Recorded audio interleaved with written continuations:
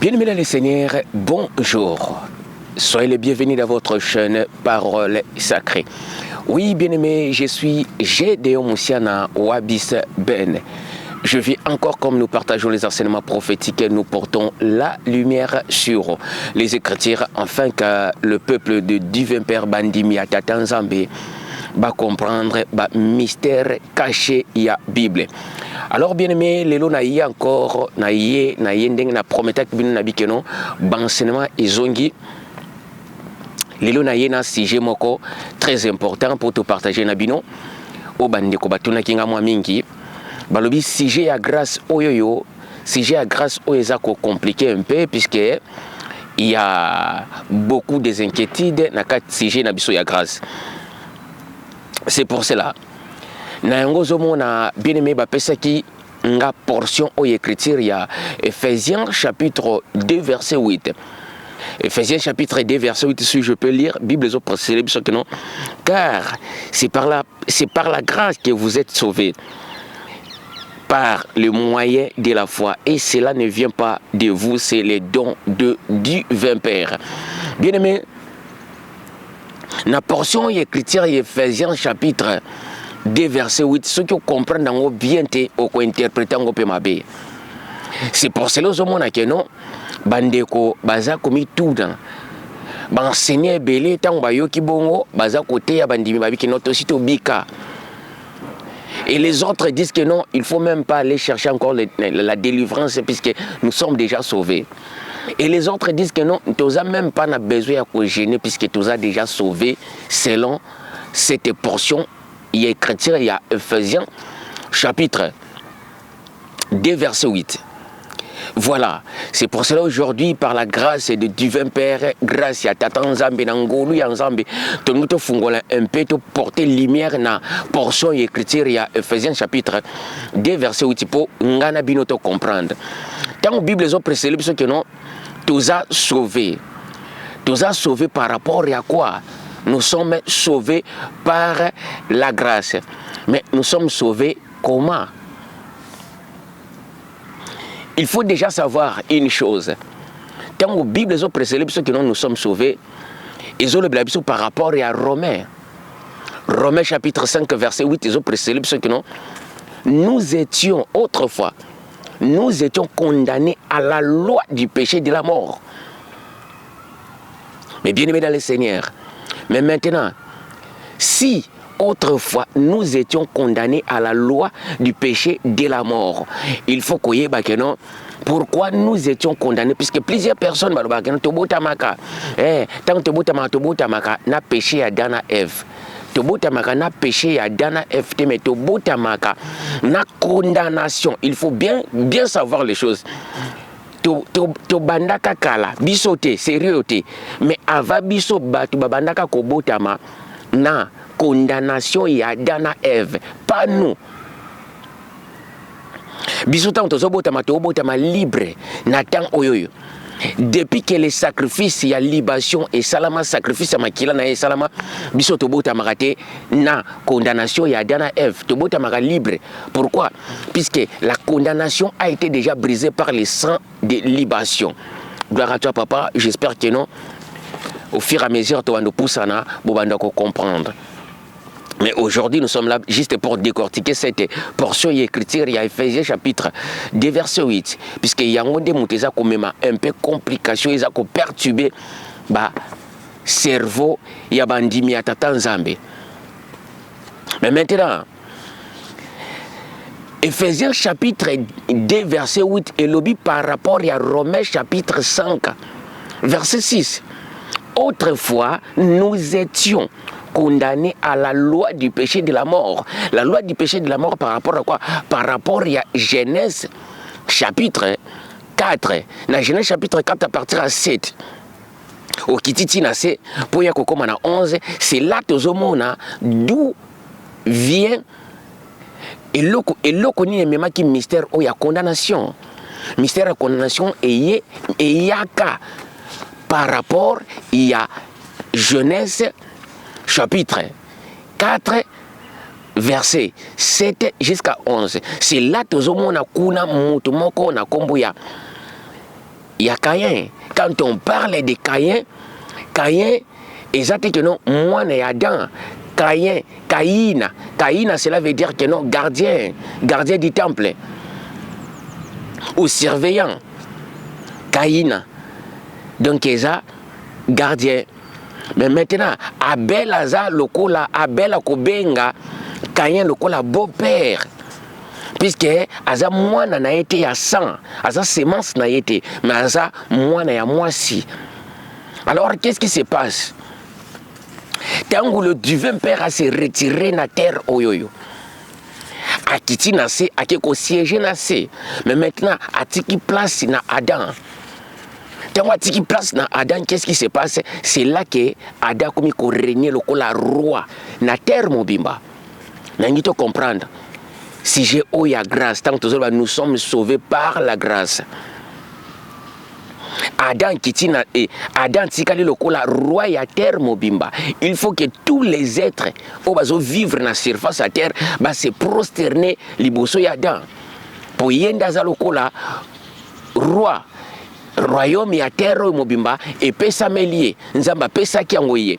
Mais maintenant, bien aimé, et ko s'arriver na temps oyo ke non à chaque fois tant bazo kota na présence en Nzambe. Alors na temps ya adoration Nathan ou adoration directement Adam azokoka kokota te na présence ensemble.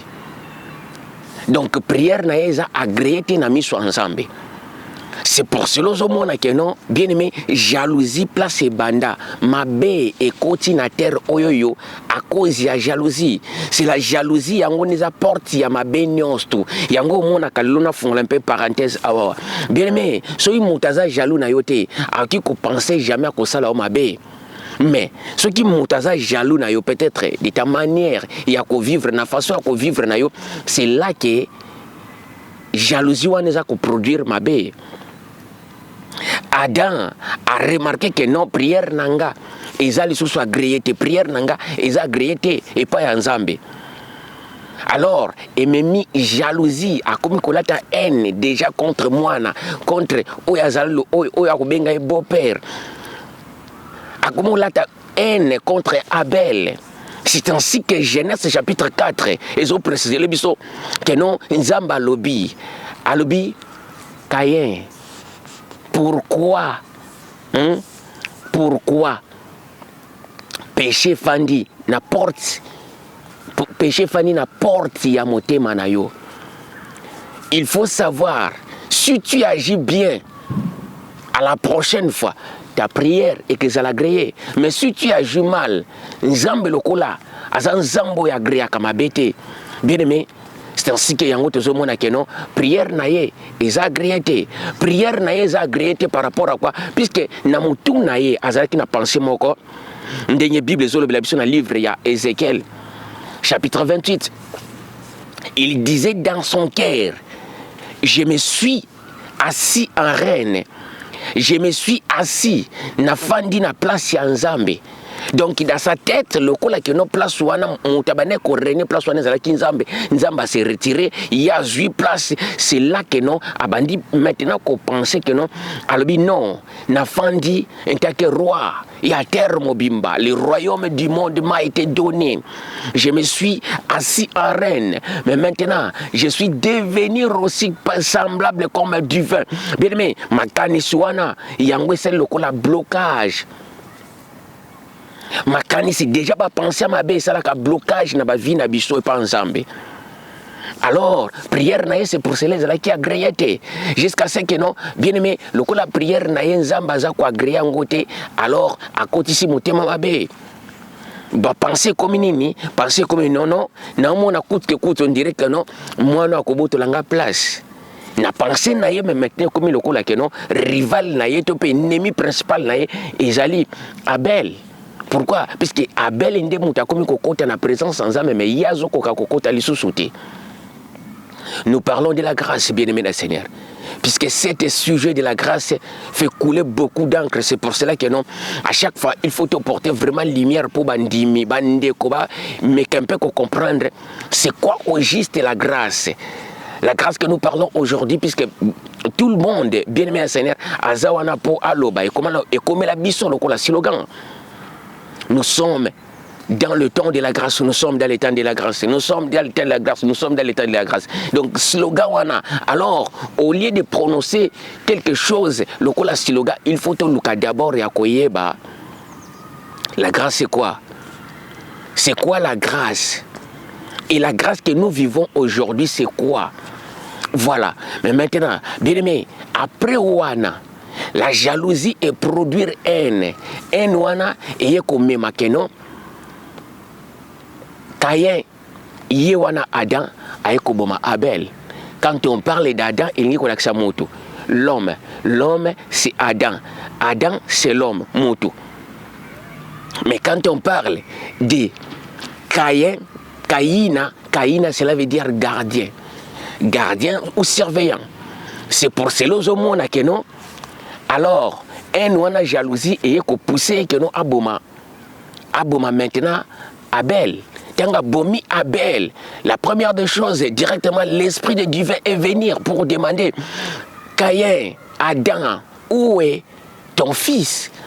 La Bible bâtit que non, Caïn, où est ton frère? C'est Adam. Caïn, où est ton fils? Pourquoi? Puisque Nzambe, na début à création, il faut savoir que Nzamba benga mutukaka motu. Anda benga te Michel, Théo, Philippe, ça c'est les noms que batu ba ça. Pour Nzambe tanga a créé l'homme, a benga na kombo ya mutu, l'homme. Là c'est la prononciation de divin. Adama, donc cela veut dire moto. Donc na vrai sens Adam, cela veut dire terre. Donc ma belé, il n'y a que ça ma belé. Parce que nous sommes juste que non, la terre. Adam, c'est la terre. Gloire à toi, papa. Tu as quoi avancer. Mais maintenant, après avoir que non, Adam commettre crime, après avoir que non, Caïn à commettre crime Yakoboma Mutatangisi Makila. C'est là que l'esprit de divin est venu pour demander que non, Caïna, où est ton frère Abel? Caïn, où est ton fils Abel?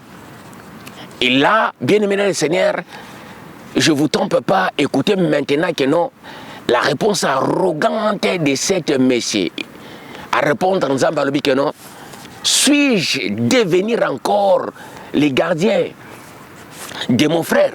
Suis-je devenir encore le surveillant de mon fils?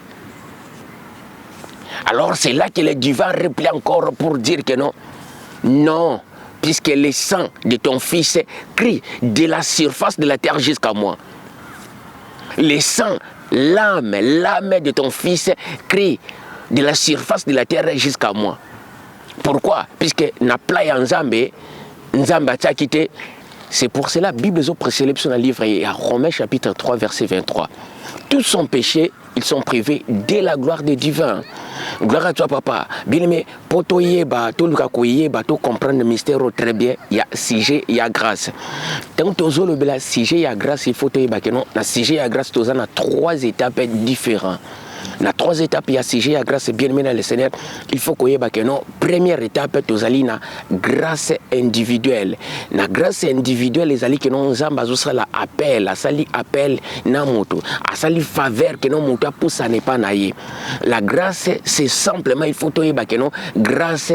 Nous sommes sauvés par la grâce et comme à place on décortique très bien, mais il faut na zong un peu na ciment pour ceux qui te comprendre déjà côté mystère et la grâce. Pourquoi la grâce est venue? Pourquoi Nzamba zosa la grâce? Nzamba zosa la grâce puisque tango moto atangisi makila moto ya zalaki lokola. Bien aimé le Seigneur, le premier serviteur, notre géniteur atangisi makila, mais maintenant le géniteur qui est Adam tango atangisi makila, sache-le que non Nzamba a rejeté motoana, a rejeté Caïna. Alors qu'est-ce qui se passe? Tango a rejeté yeba que non postérité ya Adam mobimba et comme il rejeté.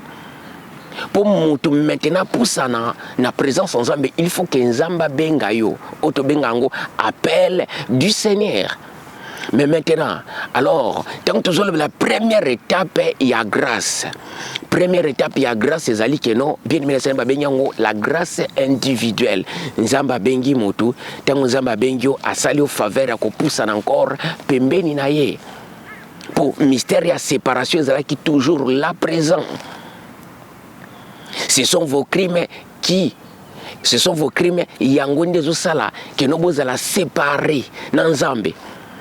Séparation wana Nzambe, bien aimé, ce qui faveur était, ce qui grâce était moyen muta poussana, ezate.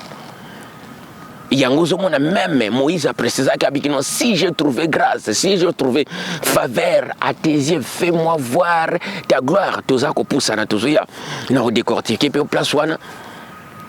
Mais maintenant, Yangozomona tant tozolobela mystère oyoyo.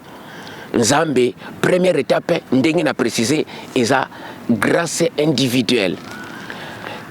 Grâce individuelle, ezali pona mutu moko. Et rendez-vous ya rencontre na Nzambe sur des montagnes. Na montagne nde Nzamba kopesa na tango wana tango Nzamba andi ko sala grâce na batu. Azopesa bango rendez-vous na montagne, kilt na montagne.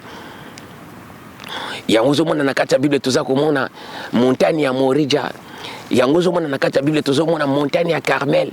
Yango zomona na kati ya Bible toza komona montagne de Sinaï, place mota bikino Nzamba bimai na kati ya ville. Non, Nzamba azopesa rendez-vous toujours na ba montagne. Na grâce individuelle toza na mystère ya culte, mystère ya adoration sur le montagne. Précisément par là yango zomona pendant temps ya défi. Il y a histoire, il y a Élie avec 450 prophètes, il y a Straté, Nayabal, bien-aimé le Seigneur. Alors, Élie, tellement comprenant qu'il y a mystère, il y a temps, il y a grâce, et puis mystère, il y a culte. Puisque Élie a compris que non, ce qui, tout ça, n'a pas de défi, c'est Bagolonganga, n'a pas comprendre très bien, c'est l'un mystère ensemble. Tant que tu bon de là, la prière musuto sala kezo simbate. Pourquoi? Puisque voir même l'adoration et l'andisama bien mais c'est une condition, il y a connaissance, il y a bon Nzambe au mutazana ngo Nzamba répondre. Mais maintenant, la première étape, il y a grâce, il a précisé que nous avons grâce individuelle. Il y a un gros monde qui est Élie, a Ibsaki, prophète, il y a 450 prophètes, il y a Straté, à lui qui nous rendez-vous sur les montagnes. Il y a rendez-vous dans la montagne. Pourquoi? Parce que Élie savait très bien que nous avons dit non. Tous les montagnes sont réservées pour Naïe. Donc, lien Naïe à rencontre, rien, lien Naïe à rendez-vous. Et ça, dans la montagne. Mais l'autre monde a non, les lobandimba comme mangengenge, il faut que comme mangengenge, il faut que les ici là. J'arrive, tout ça qu'on pousse là. Gloire à toi papa. Mais maintenant, bien aimé le Seigneur, qu'est-ce qui se passe? Deuxième étape, il y a grâce. Première étape, grâce individuelle. La grâce individuelle s'est arrêtée dans Moïse. Et bandi banda na Shael et yekosuka na Talia, la grâce individuelle. Nzamba zo benga tanga benga mutu moko. Donc de Shael mwana mwasi grâce bandi pa ya mwana mwasi Shael et yekosuka et pas ya Talia Moïse. Après Moïse, étape ya grâce changée. Et ça, sous grâce individuelle, mais comme une grâce sacerdotale. Donc, grâce collective. La grâce collective, il y a que non, Nzambe, abandi ko benga maintenant, abengi groupe ya batu. Abengi groupe ya batu, kaka groupe yo motu, et ça, et j'ai permission de s'approcher par Nangai. Maintenant, la grâce sacerdotale ou autrement grâce collective, il y a un bien aimé le Seigneur, même voir même le peuple basé qui n'a droité, il y a une offrande de bango pour bango ba offrir Nzambe. C'est pour cela que non, le peuple a koyana nyamanae a pesi et pas il y a sacrificateur. Le sacrificateur reçoit nyamawana alors a présenté ngo yoko simba mais mutako boma nyamawana za sacrificateur. Pourquoi? Puisque les sacrificateurs, service sacerdotal, et c'est là qu'il a sous forme locale, il y a pont intermédiaire. La grâce individuelle, Moutoumoko, Moutazale, local intermédiaire. Abraham, c'est le local intermédiaire. la présence ensemble y a agi à qui transmettre. Alors, jusqu'à ce que la grâce individuelle est prendre fait na Kalia, Moïse, là, la grâce individuelle est se mettre fin. Maintenant, deuxième étape de côté, na étape que non, il y a grâce sacerdotale. Grâce sacerdotale, autrement dit que non, la grâce collective. Oh bah bengi juste commission sacerdotale, bâtiment groupe bâtiment ko bazana droit ya ko poussana na présence ensemble. Mais maintenant, pendant temps il y a grâce wana sacerdotale, il y a que non rendez-vous il y a culte, rendez-vous il y a adoration. Ils allaient se sauter na montagne. Rendez-vous il y a adoration et comme ko salama na lié. Dans la Bible, dans le livre d'Éternome, le divin Père choisira un lieu pour faire résider son nom. Nzamba ko pona place moko pour faire résider atia kombo na wana dans ce sens que non, ezate que non kombo ya nzambe ba komana non. Nzamba ko pona place moko pendant temps obino bozo sala partage à terre, nzamba ko pona place moko pour atia lié ya culte. Tous les peuples, il y a place wana pour na kokuta na nzambe, pour na ko adorer nzambe. C'est cette lieu-là que nos peuples, il faut y a place wana. Donc ville moko pour na culte, ville moko pour na adoration. Mais maintenant, tout ça quoi avancer, on est allé grâce collective. Maintenant, pour comprendre la différence, il y a grâce collective, bien aimé le Seigneur, puisque troisième étape est aux allés na étape il y a grâce royale. La grâce royale, bien aimé Seigneur, grâce royale selon ndenge Bible zo précélèbre sur na livre. Grâce royale ndenge Bible zo précélèbre sur na livre ya Hébreu chapitre 4 verset 16. Apôtre Paul a zo précisé que non, approchez-vous vers le trône de la grâce. Approchez-vous vers le trône de la grâce, bien aimé Seigneur, afin de recevoir la miséricorde du divin Père. Mais maintenant, bien aimé Seigneur, pour tout comprendre le mystère wana, la séparation d'étapes, on a précisé que non, grâce est divisée par trois étapes différentes. On a précisé encore très bien encore, Ezali, femme samaritaine. Dans Jean chapitre 4, si je ne me trompe pas. Jean chapitre 4, c'est là que nous avons l'histoire de la femme samaritaine. Femme samaritaine, ils ont précisé que non. Le souverain Seigneur, après avoir conversation entre Aïe, non, le souverain Seigneur a précisé là que nos pères adoraient sur les montagnes. Nos pères, pendant le temps, il y a grâce individuelle, nos pères adoraient sur les montagnes. Mais bien autant au boyer, alors, bon, même mystère, il y a grâce collective, bon, que nos adoration, il faut ça à Jérusalem. Bien, mais si on comprend la tactique à parole, on peut interpréter le mot. Papa n'a pas de Congo, même l'ensemble, n'a pas ngomba. Papa n'a pas de adorer nzambe na bangomba na ba montagne. Mais bino tant boye bo préciser bo que non pour na kongumba melanzambe uniquement il faut qu'il y ait une ville wana selon Deutéronome. Ndenge Deutéronome ils ont précisé que non lié au Japon qui pour faire résider son nom. La grâce collective. Mais maintenant, c'est là que le souverain Seigneur a précisé les. Alors non.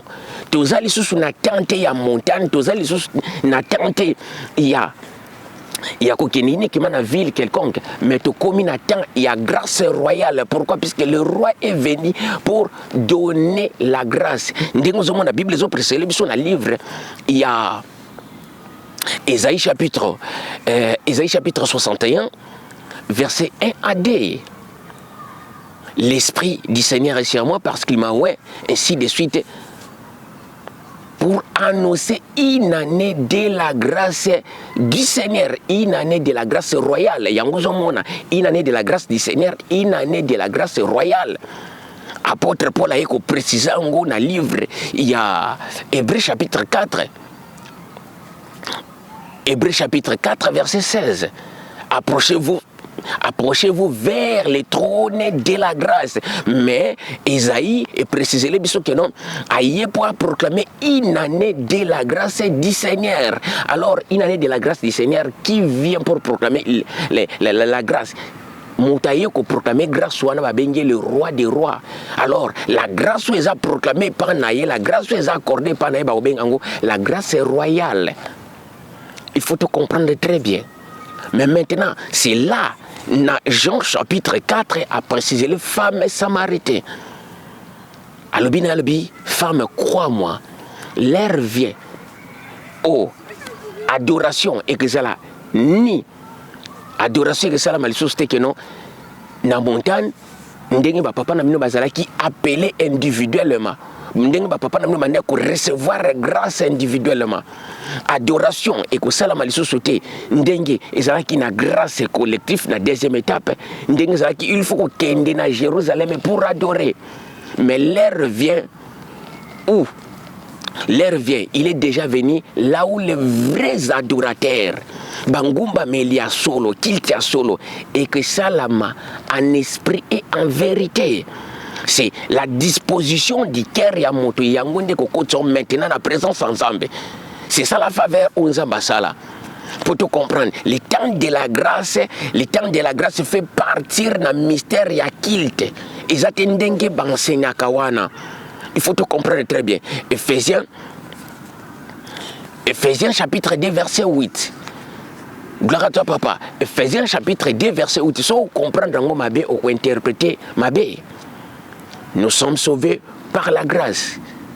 L'heure vient, il est déjà venu là où les vrais adorateurs adoreront le Père en esprit et en vérité. Car ce sont les adorateurs que le Père demande. Ce sont les adorateurs que le Père en a besoin.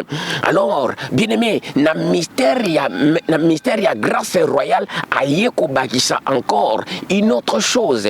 À préciser le but que non, bien-aimé, là où 2 ou 3 sont réunis à mon nom, je suis au milieu d'eux. Donc, à l'exception à politique, non, pour répondre à la prière quelconque, il faut que nous manguenge.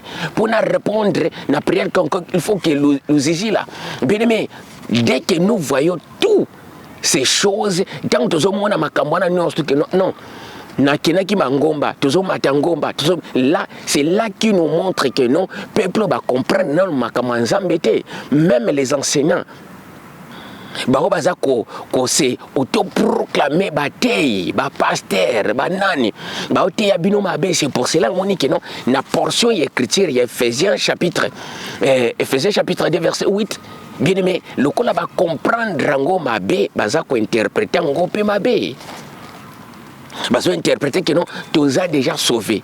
Or sauvé par la grâce à cause que non, bien aimé, la condamnation au Bible ont précédé sur le livre. Il y a condamnation aux Bibles ont précédé sur le livre. Il y a Romains chapitre 5 verset 6. Nous étions tous condamnés à la loi du péché de la mort. Alors, loi du péché de la mort, pourquoi? Puisque le premier géniteur, le col a versé qui sang d'un homme, alors progéniture naïe, descendant naïe, non, tout, bien aimé Seigneur, ils allaient condamner pour qu'il n'y ait pas de perdition. C'est ainsi que bien aimé Seigneur, on zambazo benga, batou, azo ça l'appel, azo ça la grâce. Individuellement, bien aimé, c'était juste pour chercher de quelle façon, de quelle manière que je peux encore attirer l'homme vers moi. De quelle manière, encore la présence nangai. Et tant qu'homme, tant que Zobotama, bisognos tout, na lignée, il y a premier homme, notre géniteur, c'est ainsi que c'était difficile. C'était difficile, na bateau bazo bimanadan. Pour même encore, bien aimé la Seigneur, les restes, il y a des frères Nabango, na présence ensemble. C'est ainsi que la Bible ont précisé le bisoboy. Oui, la loi de Moïse même ne fut pas capable pour nous ramener à la perfection. Même Yemoko Moïse, même commission sacerdotale, ils ont qui la capacité de pouvoir même encore la présence ensemble. La loi de Moïse ne fut pas capable pour ramener encore l'homme à la perfection. Alors, le coup là que non, loi de Moïse, qui n'a pas quitté pour même la présence ensemble, il faudrait que lui-même puisse venir. Pourquoi? Puisque cette séparation, ce qui a été pour mettre pont afin que non tozwa manière ya traverser pour accéder à la présence d'Aïe. Aucun homme n'était capable pour faire ça. Ce qui a été bien, mais ce n'est pas même encore. C'est pour cela que je suis la porte. Nul ne peut aller vers le Père sans passer par moi. Il y a le chemin, je suis le chemin. Otobengangonzila ya Congo. Donc, à ce chemin, il y a vie. Mais maintenant, qu'est-ce qui se passe? Bien aimé, la condamnation, Bible, la condamnation, Bible, sur le livre à Romains, chapitre 5, verset 6.